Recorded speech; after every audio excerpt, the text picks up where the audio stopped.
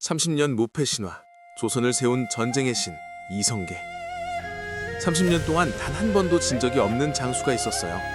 수십 번의 전쟁, 수십만의 적군, 홍건적, 왜구, 원나라, 여진족, 동서남북 가리지 않고 쳐들어오는 적들을 단 한 번도 패하지 않고 막아낸 사람.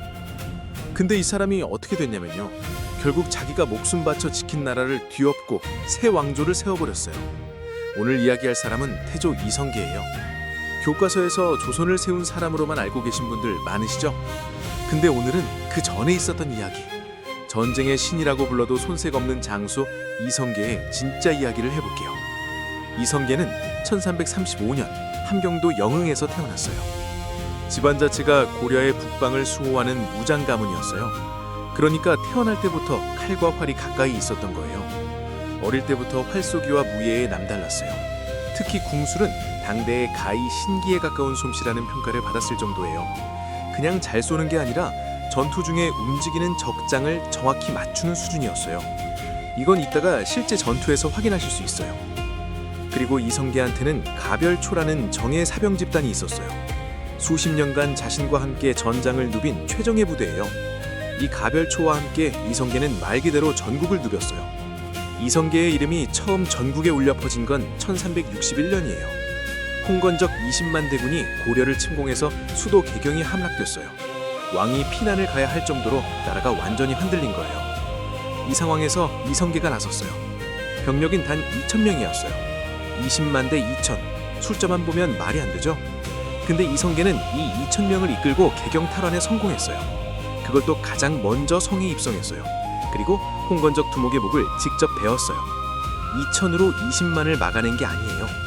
2,000으로 20만이 점령한 수도를 되찾은 거예요. 이게 얼마나 대단한 일인지 감이 오시나요? 이 전투 하나로 이성계의 이름이 고려 전체에 퍼졌어요. 1362년, 이번엔 원나라 장수 나하추가 수만 명을 이끌고 쳐들어왔어요. 이성계는 동북면 병마사에 임명돼서 함흥평해에서 맞섰어요. 여러 차례의 격전 끝에 결국 격퇴했어요. 원나라 대군을 막아낸 거예요. 1364년엔 최유라는 자가 원나라 군사 1만 명을 이끌고 평안도로 쳐들어왔어요. 이성계가 최영 장군과 함께 나서서 이들을 완전히 섬멸했어요. 살아서 도망간 자가 겨우 17기뿐이었다고 해요. 1만 명 중에 17명이요. 그리고 왜구 이야기를 빼면 이성계를 말할 수가 없어요. 1380년 황산대첩이에요. 아기발도가 이끄는 왜구 2만 명과 이성계의 가별초 2,000명이 맞붙었어요. 또 10대 1의 전투예요. 이 전투에서 이성계 본인이 허벅지에 화살을 맞을 만큼 치열했어요. 근데 결국 왜구 총대장 아기발도를 직접 화살로 쏴 죽이고 승리를 거뒀어요. 이게 바로 황산대첩이에요. 이 승리 하나가 이성계를 국가적 영웅으로 자리매김시켰어요. 이성계의 전공 중에서 가장 특기할 만한 건 요동정벌이에요. 1370년 1월, 이성계는 기병 5,000에 보병 1만을 이끌고 압록강을 건넜어요. 만주로 들어간 거예요. 오녀산성을 함락시키고 거기서 멈추지 않고 동명부를 점령하고 요동성까지 함락시켰어요. 이게 왜 중요하냐면요, 이건 우리 민족이 한반도를 넘어 만주를 정복하고 그 땅을 차지한 마지막 전공이에요. 그 이후로는 단 한 번도 없었어요. 역사적으로 정말 특별한 순간이에요. 그리고 1383년엔 여진족 호바투가 4만 기병을 이끌고 쳐들어왔어요. 이성계는 측근 이지란과 함께 길주에서 4만 기병을 괴멸시켰어요. 정말 끝이 없어요. 어디서 어떤 적이 와도 이성계는 이겼어요. 1388년, 이성계의 이생에서 가장 결정적인 순간이 왔어요. 고려의 권신 최영이 요동정벌을 추진했어요. 명나라가 차지한 요동을 되찾겠다는 거였어요. 그런데 이성계가 반대했어요. 장마철이라 진군이 어렵고 군사들이 나라를 비우면 왜구가 쳐들어올 수 있다는 거였어요. 현실적인 판단이었어요. 하지만 최영은 밀어붙였고 이성계는 어쩔 수 없이 출병 명령을 받았어요. 이성계는 군대를 이끌고 북쪽으로 향했어요. 그리고 예상대로 장마가 쏟아졌어요. 압록강 위화도에서 강을 건너지 못하게 됐어요. 이성계가 결단을 내렸어요. 군대를 돌렸어요. 위화도에서 회군해서 고려 수도로 향한 거예요. 이게 위화도 회군이에요. 이건 단순한 군사 반란이 아니었어요. 이 회군으로 이성계는 고려의 정치적 실권을 완전히 장악했어요. 최영은 유배당하고 고려 왕실은 이성계에게 대항할 힘을 잃었어요. 관력을 잡은 이성계는 4년 동안 고려를 개혁하려고 했어요. 하지만 결국 1392년 고려를 패하고 새로운 왕조 조선을 건국했어요. 태조로 즉위한 거예요. 이성계는 새 나라를 세우면서 완전히 다른 방향으로 나아갔어요. 정도전 같은 유학자 개혁가들과 손잡고 유교 이념을 바탕으로 한 중앙집권 국가를 만들었어요. 고려와는 근본적으로 다른 시스템이었어요. 그리고 수도를 개경에서 한양으로 옮겼어요. 지금의 서울이에요. 새 왕조에 걸맞은 새 수도를 만든 거예요.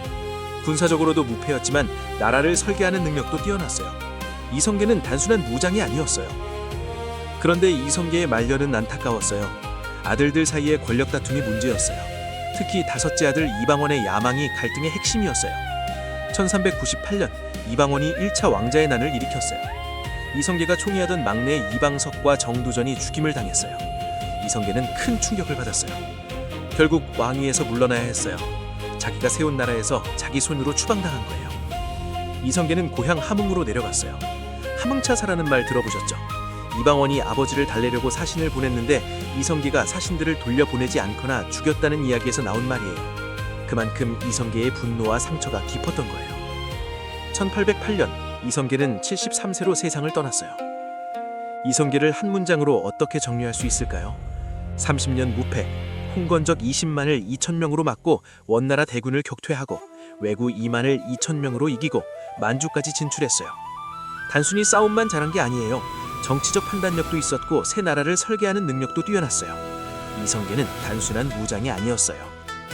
근데 그 모든 업적에도 불구하고 마지막은 쓸쓸했어요. 자기가 평생 지키고 세운 것들이 아들들의 칼부름 속에 무너지는 걸 지켜봐야 했으니까요. 역사에서 정말 위대한 사람들이 그렇듯 이성계도 빛과 그림자를 동시에 가진 사람이었어요.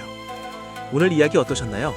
우리가 교과서에서 조선 건국이라는 결과만 배웠는데 그 과정에서 이 사람이 얼마나 대단한 사람이었는지 조금 느끼셨으면 좋겠어요. 좋아요와 구독은 이런 역사 컨텐츠를 계속 만드는 데 큰 힘이 돼요. 다음 영상에서 만나요.